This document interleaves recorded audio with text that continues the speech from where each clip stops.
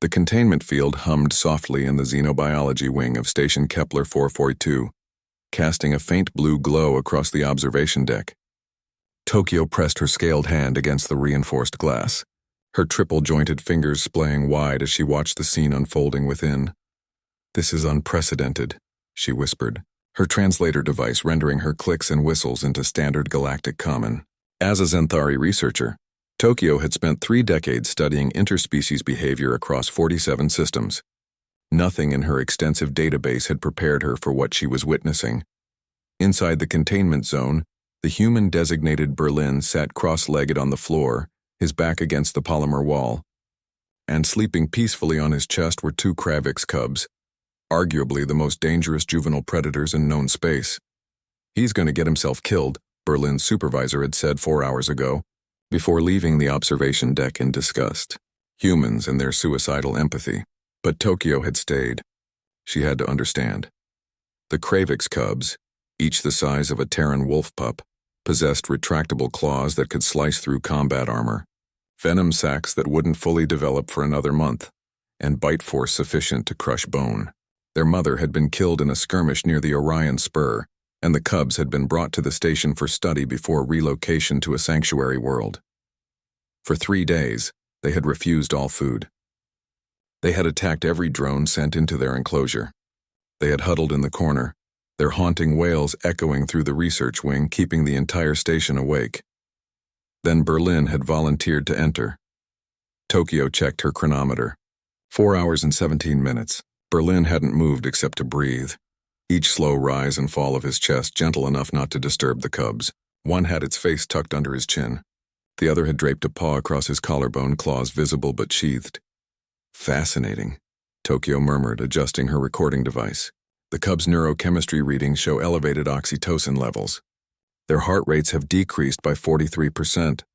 They're actually bonding.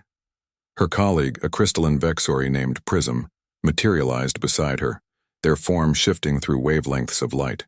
The human's vital signs? Tokyo pulled up Berlin's biometric data on her tablet.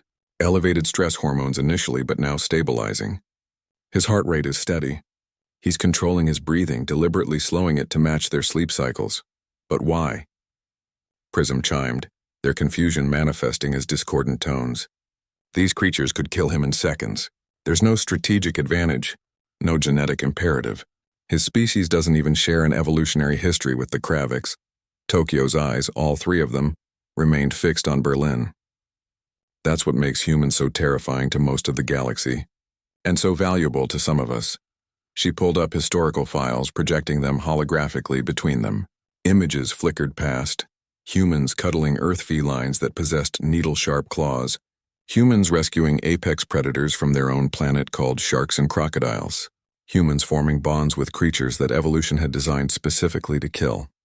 On Earth, Tokyo explained, humans domesticated wolves, pack predators that hunted megafauna. They turned them into companions. They kept reptiles as pets. They saved whales, protected bears, rehabilitated raptors. Their own evolutionary history made them prey for numerous species, yet somehow they developed this compulsion to nurture. Prism's form flickered skeptically.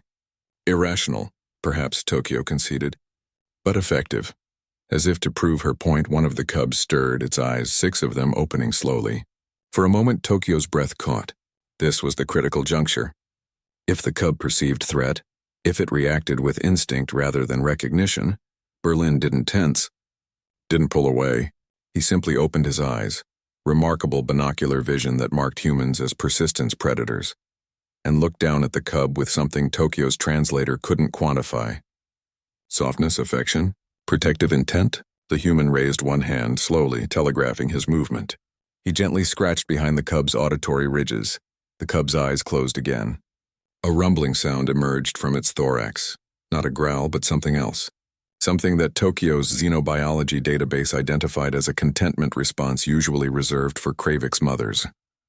Impossible, Prism chimed. Human, Tokyo corrected. She zoomed her recording device closer, capturing every detail. Berlin's face showed fatigue. His muscles had to be screaming from holding the same position for hours. But his expression remained calm, patient. He was giving these orphaned predators something they needed more than food: safety, warmth, presence.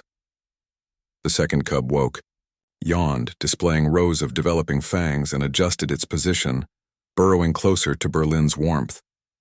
The human accommodated the movement, shifting slightly to provide better support.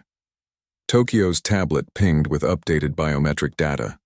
The cub's stress markers had dropped to baseline levels for the first time since their arrival. They were healing, psychologically, because a human had decided that his own discomfort and potential danger were less important than their need for comfort. This is why humans are classified as Category 2 Deathworlders, Tokyo said softly, more to herself than to Prism. Not because of their physical capabilities, though those are formidable, but because they possess the audacity to see a dangerous predator and think it needs a friend. It's madness, Prism insisted. It survived them extinction events. Continental drift, ice ages, and their own worst instincts, Tokyo countered. Perhaps madness, but successful madness. Another hour passed. The station's artificial day cycle began its dusk phase, dimming the lights gradually. Tokyo watched as Berlin finally, carefully began to move. He spoke softly to the cubs, words her translator picked up. "Okay, little ones. Let's get you some food, yeah?" The cubs stirred, reluctant to leave their warm perch.